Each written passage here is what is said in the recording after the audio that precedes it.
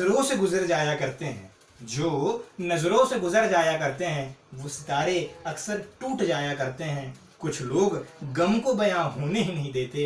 ये स्वास्थ्य कर्मी और पुलिसकर्मी ही तो है, गम को खामोशी में बयां किए जाते हैं। सुप्रभात में विशाल राजकुमार खरचवाल शिवाजी साइंस कॉलेज का विद्यार्थी आज इस वक्तृत्व स्पर्धा में दिए गए विषय कि संकट की घड़ी में ईश्वर के रूप में स्वास्थ्य कर्मी, डॉक्टर और पुलिसकर्मी हुआ करते हैं, इस विषय के ऊपर आप अपने विचार लेकर उपस्थित हुआ हूं। सर्वप्रथम मान्यवर, आप सभी का ध्यान इस और आकर्षित करना चाहूंगा जिस विषय में हम बात करने के लिए उपस्थित हुए हैं। आखिर ये संकट की घड़ी क्या होती है? संकट कैसा?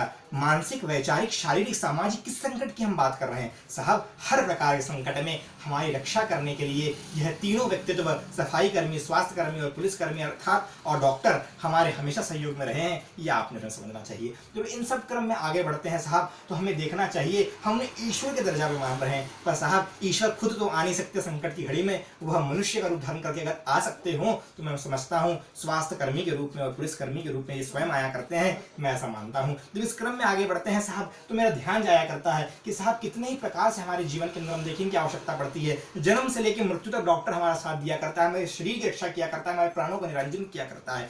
आपने हमें समझना चाहिए जब जीवन का कालखंड चलता है, कितनी समस्याओं संकटों की घड़ी हम पुलिस को याद करते हैं, कोई समस्या हो जाए पुलिस को याद किया करते हैं, हम उन्हें न्याय संकट मानते हैं, उन्हें ईश्वर के रूप में मानते हैं, याद किया करते हैं। पर साहब हर समय हमारे साथ डॉक्टर नहीं हुआ करते, अस्पताल में जब हम हुआ करते हैं तो उस समय हमारी देखभाल करने को, हमारी स्वच्छता का ध्यान रखने के लिए सफाई कर्मी दिन रात तैनात रहते हैं और हमारी सहायता किया करते हैं। इसलिए तीनों ही वंदनीय हैं। आप अगर उन्हें वंदनीय न माने तो भी उनका सम्मान तो किया करें साहब। आज देश के अंदर जो उनका अपमान हो रहा है वह निंदनीय है, मैं उसका विरोध करता हूं, क्योंकि हमें उनका सम्मान करना चाहिए, क्योंकि वो हमारे लिए कार्य कर रहे हैं, ये जानने की आवश्यकता है। इन सब से आगे बढ़ते हैं साहब, तो हमारा ध्यान इस और भी जाना चाहिए, न केवल इस विषय में बात करते हैं, जब संकट की घड़ी की बात करते हैं तो आज भारतवर्ष, ये भारत खंड सबसे बड़ी समस्या से गुजर रहा है, विश्व सबसे बड़ी समस्या से गुजर रहा है, तो है कोरोना रूपी महामारी। इस कोविड-19 के रूप में जो महामारी उभरी है, इस महामारी के चलते राष्ट्र पतन की ओर जा रहा है। और साहब अगर ईश्वर, मैं कहूं अगर व्यक्ति का रूप धारण करके आए होंगे तो स्वास्थ्य कर्मी, पुलिसकर्मी और सेवा कर्मी के रूप में ही यहाँ पे उपस्थित हुए होंगे,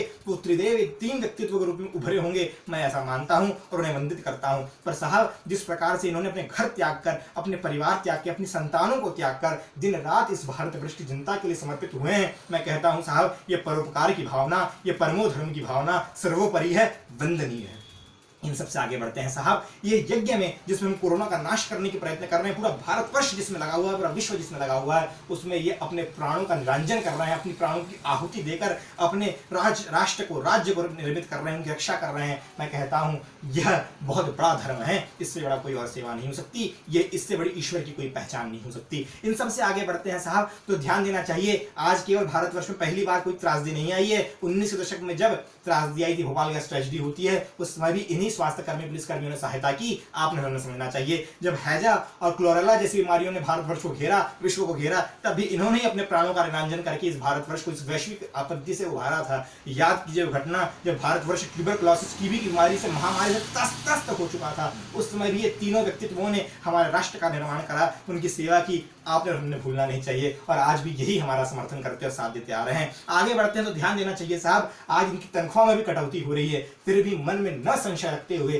राष्ट्र को अर्पित है, राष्ट्र सेवा को अर्पित है, तो क्यों नहीं इन्हें ईश्वर का रूप माने, क्यों नहीं इन्हें देव का रूप माने, मैं कहना चाहूंगा। इन सबसे आगे बढ़ते हैं साहब, तो मैं कहना चाहूंगा जिस प्रकार से सीमा पर सिपाही दिन रात अपने प्राणों का निरंजन करने के लिए, त्याग करने के लिए भारत माता के समर्पित होते हैं, उन्हें भारत माता का आंचल, भारत का तिरंगा उनकी शहादत पे प्राप्त होता है। तो मैं एक विनती करना चाहूंगा सभी मेरे श्रोताओं से जो मुझे सुन रहे हैं, अगर ये मेरी बात पसंद आए तो जरूर लाइक कीजिएगा इस वीडियो को। जिस प्रकार से उन्हें माता का आंचल तिरंगा प्राप्त होता है, उसी प्रकार से जो आज योद्धा डॉक्टर्स और सफाई कर्मी, पुलिसकर्मी बने हुए हैं, अगर वह भी कोरोना की जंग लड़ते हुए अपने प्राणों का निरंजन इस भारत माता को अर्पित करते हैं, तो उन्हें भी भारत माता का आंचल और तिरंगा प्राप्त हो। अगर सहमत हो साहब तो जरूर विनती है, लाइक जरूर कीजिएगा। जब इन सब से आगे बढ़ते हैं साहब, तो ध्यान देना चाहिए, केवल इस विषय की बात नहीं करते, अरे साहब ये डॉक्टरों की सम्मान तो ईश्वर भी करते हैं। गोस्वामी जी रामायण में, वाल्मीकि जी रामायण में कहते हैं, क्या कहते हैं साहब कि श्रुत्वा गुणान् भुवन सुंदर श्रृणवतान्ते निर्विश्यकरण विभर्तुं तुंगतापम रूपम दशाम दुष्मताम अखिलार्थलाभम वही चित्तताम शत चित्तम पत्रपम में। गोस्वामी जी को कहना पड़ रहा है। क्या कह रहे हैं साहब? जब लक्ष्मण जी को मूर्छा हुई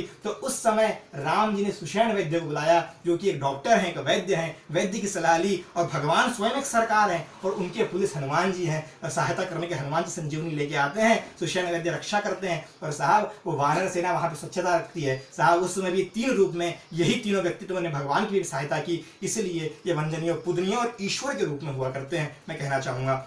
और अंत में इतना ही निष्कर्ष में कहूंगा कि हमें अपनी अधोगमन करती चेतना का ऊर्ध्वगमन करना है, निश्चय के साथ विश्वास रखना है, इन तीनों के साथ खड़ा होना है, इनका अपमान निरादर नहीं होने देना, समाज में प्रतिष्ठित करना है। और अंत में एक पंक्ति के साथ समाप्त करूंगा कि जाम पर जाम पीकर क्या फायदा, शाम को पी सुबह उतर जाएगी। एक बार इस राष्ट्र की बगिया में आकर तो देख, इस राष्ट्र की सेवा में आकर तो देख, तेरी जिंदगी नशे में गुजर जाएगी। जय हिंद।